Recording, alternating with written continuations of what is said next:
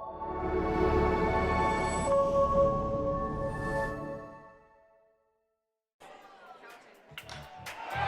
a hard-driven ball. Go ball, go ball! See ya! There you have it! A walk-off home run by Jordan Bach gives the Giants the win.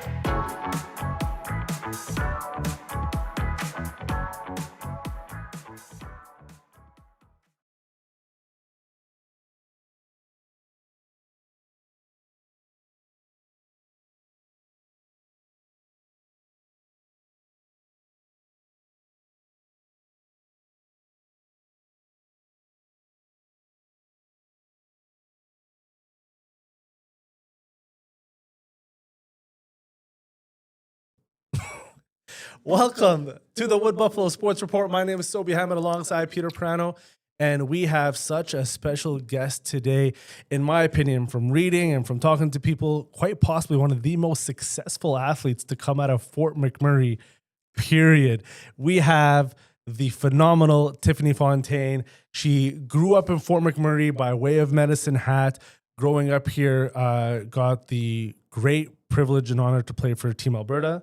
But then furthermore, I think one of the coolest things, you got to rock the Maple Leaf, where you were a U19 Team Canada player, and then Team Canada hopeful as well, where you were able to be called up to the main roster if needed. And then you got to play and get your education paid for at the University of Colorado for 4 amazing years, where you were a standout rookie on that back line from your stats. And then your senior year, got to move up to be a top striker in the NCAA Division I. Tiffany, welcome to the Wood Buffalo Sports Report. Thank you. That was a good, yeah. That was maybe more than, but it was very nice. Thank you. But it's true. And that's, I think, what's amazing is your accolades do speak volumes. When I say one of the most successful athletes, it's not just the soccer world. And we were talking a little bit off air, and I would love to kind of get your take on that. You were a star athlete in general growing up. And I know this is very weird. Yeah, it is. I'm probably like blushing right now. Yeah, not many people. I don't usually have these conversations this in depth. But we want to share, shine the spotlight on you and share your story and what you've done growing up here, going away, being successful, and then coming back and doing so much for the community. So we usually like to start with, tell us about your journey growing up in Fort McMurray with not just soccer, but sports in general. Well, honestly, I didn't play a lot of sports when I was really young. A lot of people do their grassroots and all of their. I started on fields at school on recess, right? I had friends that played and were part of soccer, and I had a few girls that when I was playing with and boys that said, you should really play soccer just from going out at recess. And I loved it. So I started begging my mom, like, take me out to tryouts. So I started at 11 years old. Oh, wow. Which is super late for anybody. Yeah. Yeah. I still loved sports. So I used to do ball hockey, like for, the little school teams and stuff down at Clearwater School. And then their little basketball teams. But I never actually started competitive sport training until I was 11. And that's such an awesome story to see that. Now, besides soccer, so U11 with the competitive aspect, and at the elementary level, there probably wasn't a lot offered at the school side of things. But as you went to high school, what was like that for you? Well, that's kind of where, I wasn't long. I used to come down to Clearwater School. That's now not there. Yeah. And then up to St. Gabe's. And so still just playing with a club team. It was when we finally, Merck's first year with grade 9. Another Merck grad, yeah. Oh. But it was their very first year with grade 9. So it was my first year I got to be and you could make the senior basketball team then. So I went and made the senior basketball team. As a grade 9 student. As a grade 9 student, yeah. And I played. That's Yeah. That's a big feat in itself, yeah. But I always, like I said, everything I did because I loved soccer so much was just like, how can I be better at soccer, right? And basketball, I still tell my athletes, it's probably the most relative sport because of all the jockeying and, you have to jump lots. So aerial balls and things like that. You're working on your vert and your body movement and your position, it relates. So it was great training, but I did love basketball. My mom still to this day is like, I loved watching you play basketball. So, yeah, but then it kind of took off from there. I ended up doing track. I ended up cross country, did badminton, like you name it. Volleyball was probably the only thing I didn't like. I played, but I played with the intermediate and had fun with it. Yeah, so that's and where. then with your track and cross country, I know you've made it all the way to provincials, and I think placed at provincials and for running. Yeah, so As you that's. say, I'm pretty sure there's a banner on the wall. Yeah, You know what, though? We see Tiffany Booth up there. I don't know if there's a banner. I think there is a banner up there. So that's the irony of it. When I was running, like Sonia Frank was above me, Lindsay, and it was always like, oh, Yeah. can you know I know you? they're at comp. Yeah. Yeah. But they were older than me, so I never got to compete with them. But in my age, I always, won zones, and I always went to provincials. I don't know if I still hold the record in the turkey trot because my grade 12 year running, I had to go up that hill. And I'll never forget it. My dad and Jerry Brenneman running and like standing halfway down the hill being like, run, you might have the record. And it was like, oh my gosh, I got to finish up this hill, like trying to break a But I did. So I don't know if I still hold the record, but I do know that I beat some records. I never actually won provincials. I placed third in cross country, and the 1500 was my race. So third in that too. I happened to get the national, like I think she was placing top 3 in the country in my age in Alberta. So I never actually got to, I didn't think I got the banner. So if you see a banner, I might need to stop by. Did you play Team Alberta soccer? It was a year after playing. So I started at 11. By 12, I made the team.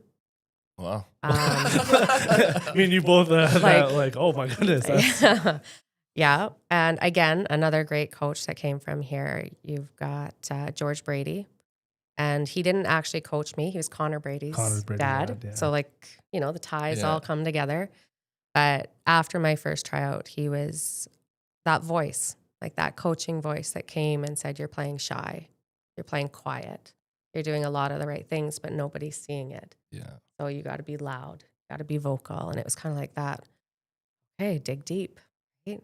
So I made that team. I did sit the bench most of that season, honestly. And it was very hurtful and it just wasn't. So I left and I just worked harder. I put more time in and I made the team the next year. And the following year, I broke my leg at tryouts in Team Alberta. Oh, geez. So, yeah, there goes my summer of soccer. Team Alberta still welcomed me to come to their training and which was pretty awesome. And I still attribute that broken leg to my upper body strength because I was on crutches for so long. And I was a kid that didn't want to be left out of anything. So, yeah, and I kept being told even that year, oh, you'll never be the same. You'll never be as good. And it's amazing. I know some people that does the opposite, but all it did was motivate me. It was like, what? I can't do things? Like that's not, my dreams aren't done because I broke my leg. So I got out of a cast almost 6 weeks early. I was healed and ready to go. And I actually made Arctic Winter Games that year. So. For futsal. No. For summer. Oh, so indoor soccer at Arctic Winter Games used to be just in the gym. Still the same idea. But it wasn't futsal at the time. You still used the boards or the walls, awesome. I would say. Yeah, it's pretty sweet. Pretty retro. Yeah. But yeah, so, and then after that, I went to make Team Alberta, and I was the captain that year, following year, and we just kept going. So when did you realize that you had that post-secondary opportunities? When did those start happening? And I'm assuming you were being offered for cross country and track as well. That's kind of funny. We talked about that. I actually, so at one point, because of my third place finish, I was approached to maybe join the running as of like, that was a wild finish. I don't know if we want to get into that or if we have time. But that race, me and a girl, second and third, always battling. The first place one, like I said, the national runner, she had us by a little bit. Right. But we had that race, and coming around a fence at a schoolyard, because cross running to finish, we were rounding the bend, and I had her, and she clipped my heels, like to try to cut on the inside. So I went flying this way, and she went flying this way. And honestly, there might have been 10, 15 yards. We were so wiped at that point. It was like everything in my body to try and get up. I just remember thinking, like, everybody's going to pass me. I'm not going to be able to do this. And she was crawling to the line. And like people were screaming, they can't come to you. And you're like, I don't even know how I got to the line, honestly, to this day. But I got third and I just collapsed. It was like everything I had was just poured out into like crossing the finish line. And that's when the national, like one of the reps came over and had said, like, if she's interested in running, we'd be interested. Cool. So that's kind of neat. I never did pursue that. Yeah. I just went to nationals, and I did get an offer sent to me in the mail, yes, from a state university to pursue running. But And then when did soccer interests start happening? Soccer, honestly, sometimes like when people say, oh, you were lucky and stuff, in some ways, Yeah. No, I worked really, really hard. I was a morning runner and evening. I didn't party much at all. I was a gym person. You're dialed in. Yeah, I had goals. But honestly, university, I didn't come from a family that knew to like start outreaching and put your name out there. I just waited, people thinking they'd come to me. And like, so U of A, Tracy David, I did sit and we had a recruit meeting and I was very tempted. Mm-hmm. And at one of my national camps. So in BC, in one of our training sessions, we had a bunch of coaches all aligned. And I was approached after that to come down for an all-paid weekend to see their campus, do a recruit, meet the team, and then be presented with my offer to see. So yeah, I would say like in some ways, things kind of, yes, it was like I was in the environment because of my work, but definitely would not recommend that to athletes nowadays with the way the recruit system works. And, you know, you've definitely got to be a little more on top of the paperwork and submitting your videos and whatnot. But for me, no, I was literally found. Yeah. And I think that's the magic of your story is times are changed completely. People are getting recruited over Instagram videos now, right? Like you have post a highlight on social media and coaches are reaching out to you versus, you know, what it was back then.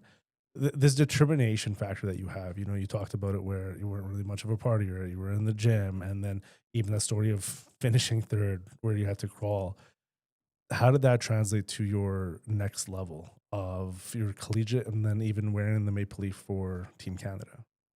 So that's where a little bit interesting too. Like you said, the times change. So at U18 or U19, in that age division, we at the time weren't competing on the international stage except for Pan Am.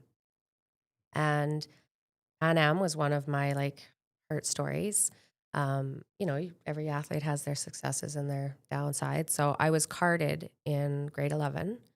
I was paid $500 a month to continue my training. And I started traveling to Edmonton to play on major league teams, plus my team here. And went to my Pan Am camp. I missed my graduation. Like, had a coach. That coach at the time had a family illness, not him personally, but so he stepped away. And then we got a new coach in. The new coach decided, I'm only taking 11 of you and I'm going to go find. So like that was crushing, right? There's a bunch of us like, what? I remember actually Kelly, she was a Saskatchewan rural girl. And at some point later in life, I did get to see her on the national team and thought, I can still make it at this age. Like I would have, what? I thought it was over. But she also was cut off that roster for that particular weekend. And that was, one of my, you know, like you could hang them up and just be crushed, or you can be like, well, it's one of my many setbacks and keep going.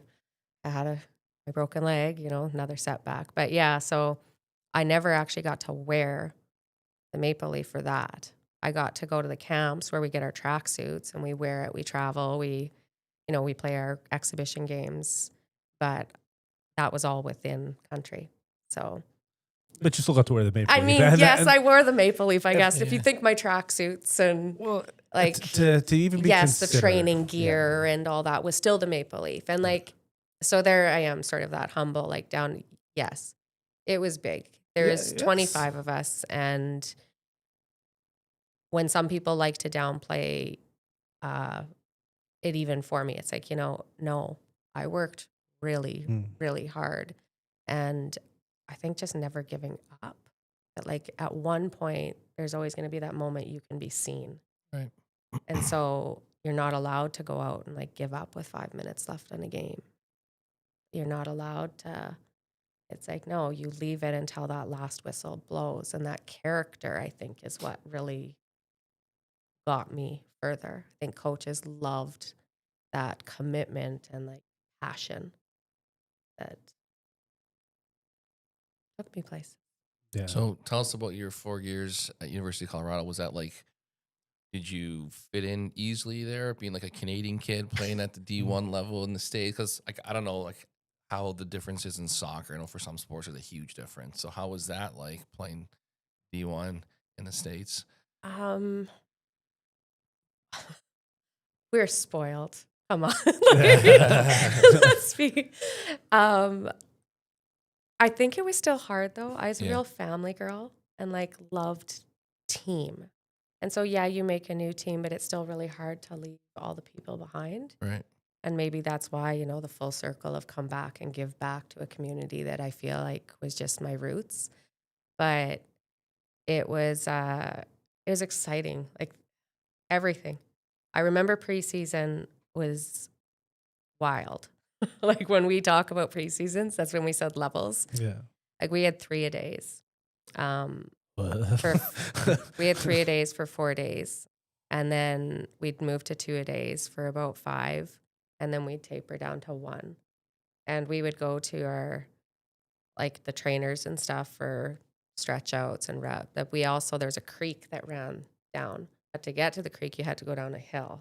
And you're so sore that like we'd be holding on to each other just to take baby steps, just to get down to that hill, to sit on rocks in the ice water coming from the mountain. So that in itself was pretty cool. Yeah. But those 2 weeks, yeah, like sometimes when I see people finishing a preseason and they're still like, even after day 2, they're like sort of walking and they're like, oh, I'm a bit sore. I'm like, You don't, you don't know what sore really is. You don't know. So, yeah, that was pretty cool. At the end of our preseason was always our like, this is where D1 athletes, yes, like I said, they got their sponsors. They got you. You go in and it was like a bag full of equipment. You're getting your cleats, your 6-touch, runners. I mean, girls get sports bras, like your long, everything. You're just suited up for your season and everything is, so, you definitely feel a sense of like pride and accomplishment and like, whoa. Team was great. Team was always, but at my first year of university, I knew something was wrong in grade 12. I still think so. Anybody that does like their running in the cold, make sure you do actually cover up because I ended up with hypothyroidism. Oh. And I still think it kind of was from like, I'd wake up really early and I didn't always check the temperature. I just go running. Like I'd layer. It looks cold. Layer, go.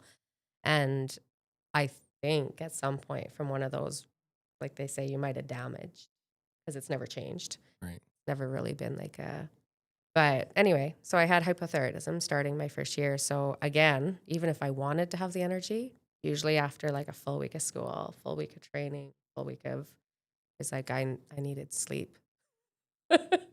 I needed recovery. And then, so with that, you were still able to have a successful 4 years. Kind of a standout starter as a rookie, I'm pretty sure. I started off 4 years. Yeah. How was that to kind of go in and be part of the starting 11 as a freshman from Canada? From Canada, from rural Fort McMurray. Yeah. Like I said, I don't know. Maybe sometimes like I think something's a little off because I just looked at it like I earned this. I deserve it. Yeah. Ever since that conversation, like I said, with George Brady way back when, it was kind of like one of the coaches, he had relayed to me that said, like, does she know she's good? Like, Right. she almost plays as if she's like trying to play with, right? Versus like owning and sort of that confidence. And that's something that, again, with coaching, it's kind of like, okay, build people up. Make sure that they know that like it's okay to be good and it's okay to be confident and own it. And so I looked at it, I went through preseason, they chose to start me. Well, then I deserved it. I have a job to do. I have a job to be a starting 11 and make sure that they know I deserve to be on the field every Cool. didn't take things for granted, I guess. Like, Well, and you recognize your hard work, right? I think Yeah. that word deserve, right? Like, yeah, you recognize you put in the work for this, and yeah. you're meant to be on there. Within your 4 years, you obviously transitioned from the back line all the way up to the front. How was that for you? New coach. Okay. New coach is what that was. Irony. I started my career playing as a striker. Okay. I was crazy fast. And when I broke my leg, I was still fast, but I was never as fast. So, like, it was kind of just that full circle of like, oh, I'm back in front of the net. But I was definitely that player that liked to be a team player. Like, I like to set up the goals. I like the threaded balls and the beautiful passes and the almost like, that was almost my goal, you know? Yeah. Kind of like personally, like, Yeah. you're like, that was such a nice assist that if you miss that, You're welcome. yeah, you're welcome. I liked to be a good, like, so actually transitioning to striker was a little harder because when I came back in, my coach was always kind of like, take the opportunity when I was looking for more playmaking. I scored one of my fastest goals ever because I was mad at my coach. And that's why I said, like, sport's sport. I don't take it serious. I think it's part of the game, part of competitive athletes and their adrenaline and I don't hold that against players because they have a moment, Right. like, part of sport that might fire you up. So he fired me up because he was, calling me out during warm up and told me to go warm up with the assistant. Like, so mad. It's like, I'm not even like, what's going on? And then we go to start the game and he's like, well, get on the field. Like, what? Like, I thought you. So I went on the field and the kickoff went and I dribbled through the whole team and scored in like 30 seconds. So I was like, There you go. maybe there was something to his like madness of like, he knew I wasn't on. He knew I wasn't, something was, but then funny, even getting on the bus, instead of saying like, thanks coach, I glared. It's like, I was still mad at him, right? Like 2 hours later, except like you look back at those things and you think, you learn from all of these little tactics and tools and think of things that got the most out of you, right? And like, again, he probably deserves a thank you, right, for finding something. Not in the moment, though. Not in the moment. Not in the moment. Not in the moment, yeah. Never In in your the moment. season. Right. So then you, after you graduated, is that when you came back to Fort McMurray? Or was there some time in between? And like, when did you kind of come back? Because now you're a huge part of Fort McMurray soccer scene. Yeah. So tell us how that kind of came to be.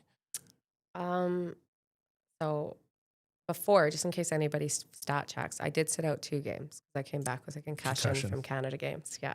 So just so you know, for your fact checking. When I came back, I went to Edmonton, decided I was going to do Major League for a little bit, and then actually I had that moment of like, oh, like you said, nobody's calling, nobody's like, I guess it's done. Yeah. So I got to get a job and so I went out to play like tier 1 soccer and within the first little bit, and that's not to downplay. It was just like the levels, like you said, so it was kind of like, I can't, like, yeah. And then a couple people started reaching out, like, you're playing. Why are you not? So I moved over. I played Major League for a little bit.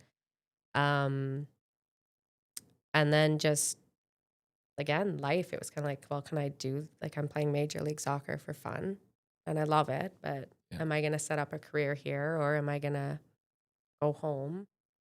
Um, at the time, they were looking at a semi-pro, and I was invited out to go to the tryouts. But all the information back then, like here now, so different. There it was, oh, if you do this, because we might have other players that are going off to college or D1, they can't get paid and get paid, or you lose your Yeah. status and stuff. So then it was like you'd be working and you'd almost be helping support the funding of travel and everything. And I was like, I wanted a family. I wanted, it just felt like it wasn't going to be in the cards for me to pursue that realistically without Yeah. kind of pausing other things I wanted. So, yeah, I came back. And then Wayne Thomas knocked on my door within 6 months and asked me to come out and coach the men's soccer team. So, for Is Keanu. this before Soper? Yeah, it was Yeah. before Soper because Connor, I coached. Okay. So I coached. What a full Connor. circle moment. I know. It was like, Yeah. this is really weird, right? Because I wasn't that old. Like these guys weren't that much younger than me. 23. I just graduated, Oh, wow. right? Played Yeah. one. So different, totally different dynamic than now and Right. where coaching is and where the standards. But, to coach men and to play with boys, I already knew that I had to earn my stripes. So every once in a while, I could put my runners on and I'd make sure that I went training with them and played sometimes the end of the games with them. And showed them up. And then I earned my stripes. So then I got more respect. But again, after sort of that year, I was like, well, how am I going to recruit? Like I'm a realist.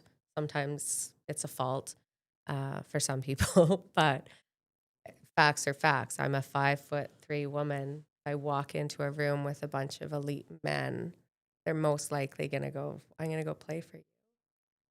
Right. So it was like I was really enjoying it, but how was I going to recruit and make the program better without either having an assistant or, having somebody that was willing to sort of give up their vacation and start doing this stuff. Right. We didn't have a big community back then. So I talked to Wade Clemell, and it was kind of like, I don't think I can keep doing this. Not because I don't want to or like it.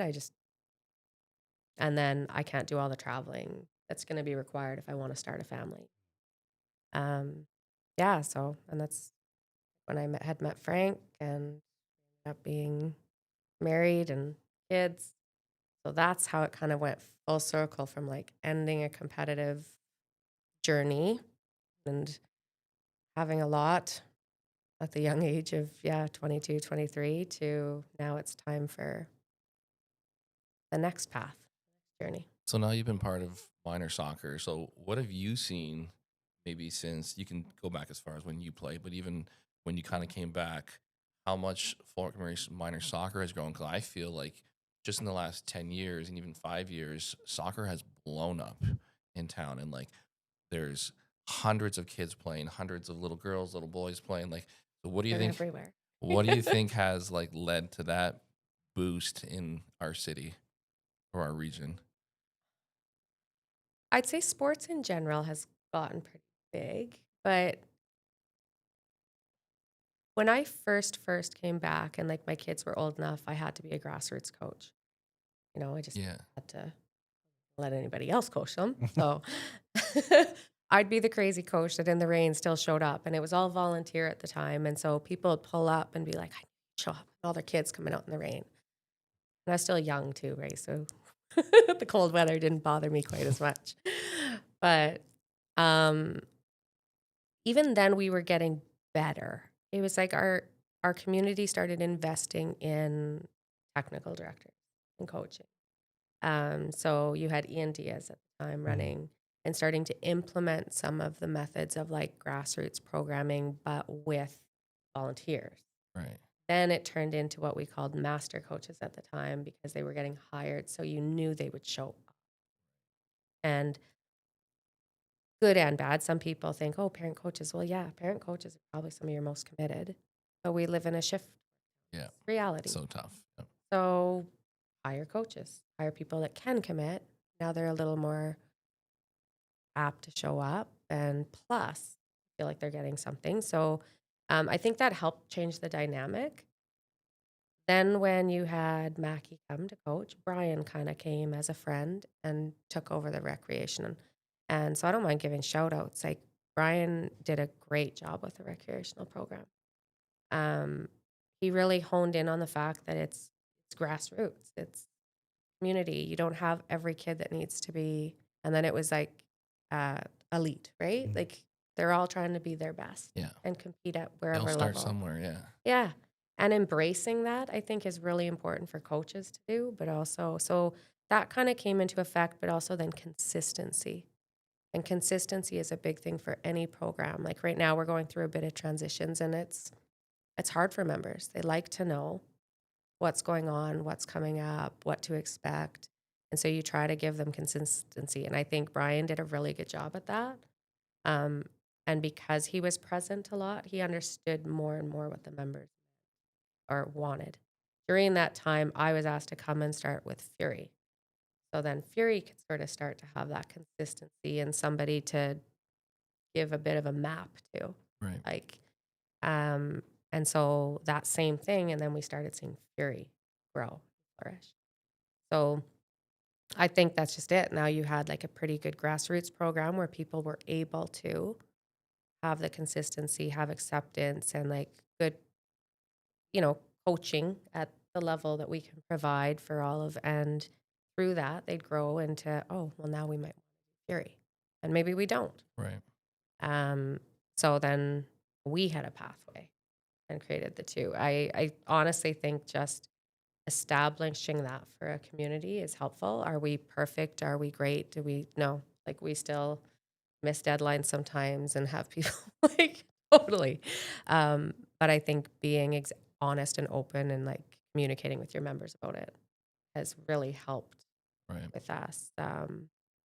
Yeah, we moved from a board that was operational to governance, and like we're still sort of working out some of the things, but we've always had, wouldn't say always actually, we've the people that have stepped up on the board, like we're talking decades ago, have always been very, very good and passionate. But we used to always lack numbers. Right. Now we're getting so big, we're actually getting like more and more. So it's growing in every direction. Awesome. And not just growing, it's growing to breed successful athletes. You look at the local Huskies roster. How many of these young athletes that are making our collegiate team? And Yeah. yes, it's local, but it's still one of the best conferences, if not the best conference in all of Canada when it comes to soccer.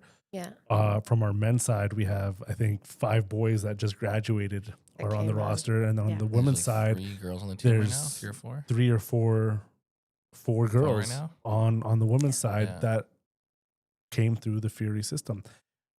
Is that something where you now, as a technical director, as an executive director with the Fort McMurray Youth Soccer Association, as a mother of one of the kids on the team, how proud does that make you to see soccer in Fort McMurray grow to where it's at and produce these amazing young athletes?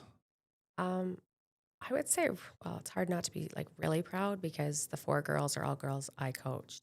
Or like, That's right? So awesome. you're like very, and there's a couple more that could have like had been offered or could have, stayed and played. Right. So then you're kind of feeling Because like, even the boys' side, I know a couple guys that could have played, but they go on to school, or they go to university. They Yeah, choose school different program. over. Yeah, and Yeah. could have. And Yeah. so that's just it. We've definitely had those could haves, and then we have the ones that have stayed and chosen to make an experience and have their own, successes. But so, yeah, I would say extremely. I came on to with, like, I've been coaching, obviously, but in the role, it started about 5 years ago. So I wouldn't say, the boys' side is remotely. It's like we've had the right coaches, and I think some very good coaches that have given to those boys and helped with their development. In soccer, I don't know if this is for your other sports, volleyball, what, but in grade 12, our athletes almost have nowhere to play now because of that change in birth year that happened. So with us being in the odd numbers, all of our grade 12 athletes end up really without like a good training program for the whole year. We accept them. Like we'll have split teams, or we try to always offer a U19 to get them out, but it's a lot harder. Right. That's so the fact that they end up sticking with it for that season or year, and then still going on is really, really big. But it's not just making the team, because sometimes you'll have, small communities like us sign a local kid just to have a local kid. These kids are out there contributing. Oh yeah. Like yesterday, I was at the preseason games for this season, and from the girls' side, where I think Rofita scored a goal, and then on the men's side, Bahat scored the goal, and his boys went nuts in the stands. But like Yeah, I saw that. these kids are not just, oh yeah, you're a token Fort McMurray signing. It's no, you are They part of our earned their system. You earned your spot through your hard work. And now you're also contributing. You're not just a piece that's there. You're a part of our success moving forward. I think you pointing that out is huge, because that's kind of the feeling I used to always have, was that like token, right? Mhm. And trying to motivate the kids to be like, no, just because, yes, you played here, you didn't play tier 1, you didn't play AYSL or PDP and stuff within our soccer lingo. Yeah, you played on the team, you were here. It doesn't mean you couldn't have. Mm-hmm. And it also, in my opinion, from coaching wise, it means your bar might be a lot higher, because somebody else has already been in that environment for potentially their whole soccer career.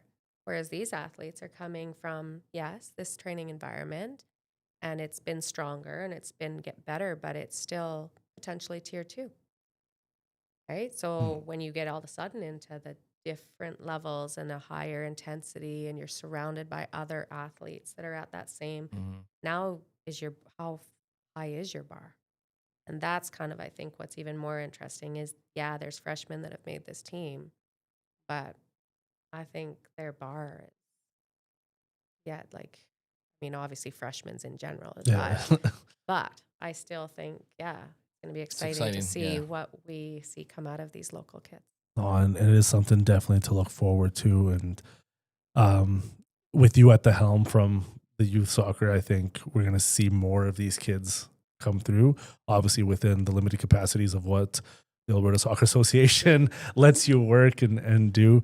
But Tiffany, thank you so much for joining us and sharing your story and your experiences of growing up here and your soccer journey to the transition to train with the national team, to play in the exhibitions, and to do the University of Colorado in Division 1. I don't think people, like those that don't know sports, Division 1 is a huge deal. And I think that's so awesome that we get to have you back in our community, where you're giving back and providing so much knowledge to this next generation and helping it continue to grow here. Thank you for having me. It was an absolute pleasure. Thank you. Awesome. Thank you. My name is Sobhi Hammett for Peter Prano and Tiffany Fontaine. This is the Wood Buffalo Sports Report, where we continue to try to shine a light on the sports community here. It's been an absolute delight, so make sure you stay tuned, and we will see you.